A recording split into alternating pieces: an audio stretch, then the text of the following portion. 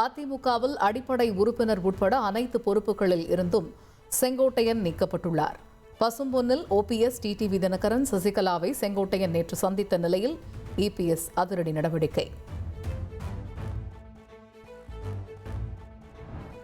அதிமுகவில் இருந்து நீக்கப்பட்டது குறித்து நாளை விளக்கம் அளிப்பதாக செங்கோட்டையன் தெரிவித்துள்ளார்.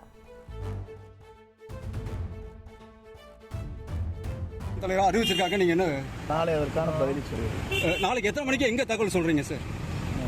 11 மணிக்கு மேலே. 11 மணிக்கு எங்க வீட்டிலீங்களா சார்? கட்சி அலுவலகத்திலீங்களா? கட்சி அலுவலகம். கட்சி அலுவலகம் நாளைக்கு உங்களுக்கு நீக்கப்பட்டதுக்கான விளக்கம் நீங்க நாளைக்கு சொல்றீங்களா சார்? நீக்கப்பட்டது மொத்த விளக்கம் சொல்லுங்கள். நாளைக்கு மொத்த விளக்கம் தரேன். ஓகேங்க சார், நன்றிங்க சார். சென்னையில் பள்ளிகளுக்கு நாளை விடுமுறை அறிவிக்கப்பட்டுள்ளது. மோந்தா புயல் காரணமாக கடந்த 28ஆம் தேதி விடுமுறை அளிக்கப்பட்டதால் நாளை பள்ளிகள் செயல்படும் என எதிர்பார்க்கப்பட்ட நிலையில் விடுமுறை அளிக்கப்பட்டுள்ளது. திருவள்ளூர் மாவட்டத்தில் உள்ள அனைத்து பள்ளிகளும் நாளை செயல்படும் என்று மாவட்ட முதன்மை கல்வி அலுவலர் தெரிவித்துள்ளார்.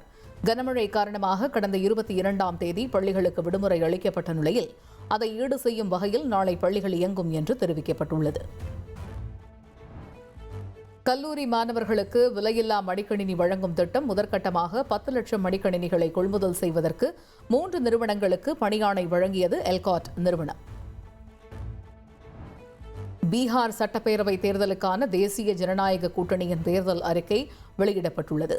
பள்ளிகளில் காலை உணவு திட்டம், ஏழை குடும்பங்களைச் சேர்ந்த மாணவர்களுக்கு இலவச கல்வி வழங்கப்படும் என வாக்குறுதி அளிக்கப்பட்டுள்ளது. நாட்டின் ஒற்றுமைக்கும் பாதுகாப்புக்கும் ஊடுருவல்காரர்களால் கடுமையான அச்சுறுத்தல் ஏற்பட்டுள்ளதாக பிரதமர் மோடி தெரிவித்தார்.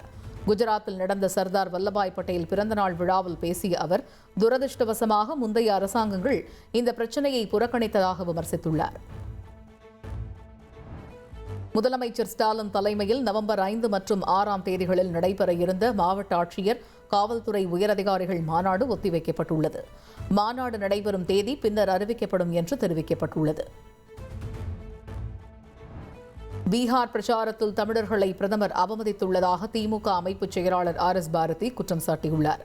பீகார், ஒடிசாவைச் சேர்ந்தவர்கள் தமிழகத்தில் நிம்மதியாக வாழ்வதாகவும் அவர் கூறியுள்ளார். பிரதமர் மோடி தமிழர்களுக்கு எதிராக பேசவில்லை என்று பாஜக மூத்த தலைவர் தமிழிசை சவுந்தரராஜன் விளக்கம் அளித்துள்ளார். திமுக தான் பிரிவினையை விதைப்பதாகவும் அவர் குற்றம் சாட்டியுள்ளார். அதிமுக தலைவர்கள் தொடர்ந்து தன்னை திட்டிக் கொண்டிருப்பதாகவும் தனது பொறுமைக்கும் ஓர் எல்லை உண்டு என்றும் அண்ணாமலை காட்டமாக தெரிவித்துள்ளார். அமித்ஷாவிடம் கொடுத்த வார்த்தைக்காக மட்டுமே கட்டுப்பட்டிருப்பதாகவும் அவர் கூறியுள்ளார். தமிழ்நாட்டின் மறைமலை நகர் பகுதியில் மீண்டும் கார் உற்பத்தியை ஃபோர்டு நிறுவனம் தொடங்குகிறது.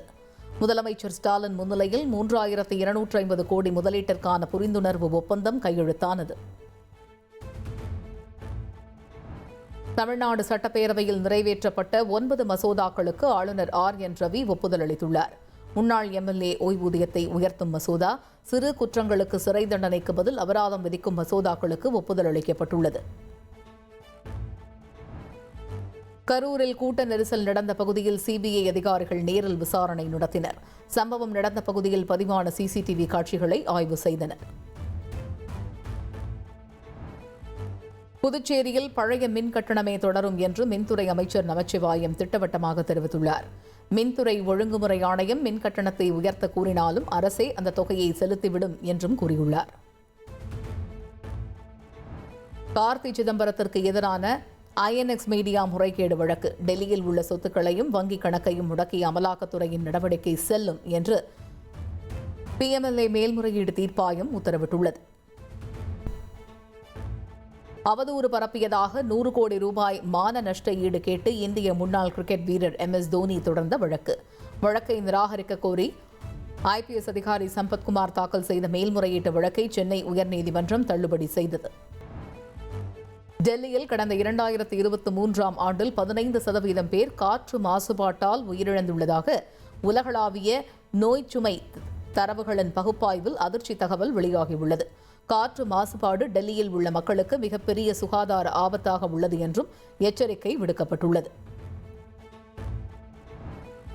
இந்திய கிரிக்கெட் அணியின் முன்னாள் கேப்டன் முகமது அசருதீன் தெலங்கானா அமைச்சராக பதவியேற்றார். ஜூப்ளி ஹில்ஸ் தொகுதியில் இடைத்தேர்தல் நடைபெறவுள்ள நிலையில் அங்கு காங்கிரஸ் சார்பில் களமிறங்குவார் என்று எதிர்பார்க்கப்படுகிறது. மலேசியா தலைநகர் கோலாலம்பூரில் மத்திய அமைச்சர் ராஜ்நாத் சிங் முன்னிலையில் இந்தியா அமெரிக்கா இடையே பாதுகாப்பு ஒப்பந்தம் கையெழுத்தானது. இருதரப்பு உறவுகளின் முக்கிய தூணாக பாதுகாப்பு தொடர்ந்து இருக்கும் என எக்ஸ் தளத்தில் ராஜ்நாத் சிங் பதிவிட்டுள்ளார். இந்தியாவுக்கு எதிரான 2வது T20 கிரிக்கெட் போட்டியில் ஆஸ்திரேலிய அணி வெற்றி பெற்றது. 126 ரன்கள் என்ற இலக்கை 13.2 ஓவர்களில் ஆஸ்திரேலியா அணி எட்டியது. இனி செல்லும் இடமெல்லாம் செய்தி. தந்தி டிவியின் வாட்ஸ்அப் சேனலை ஃபாலோ பண்ணினா செல்ல இருக்கும் இடமெல்லாம் செய்தி. இதோ QR கோட் இப்பவே ஸ்கேன் பண்ணுங்க, ஃபாலோ பண்ணுங்க.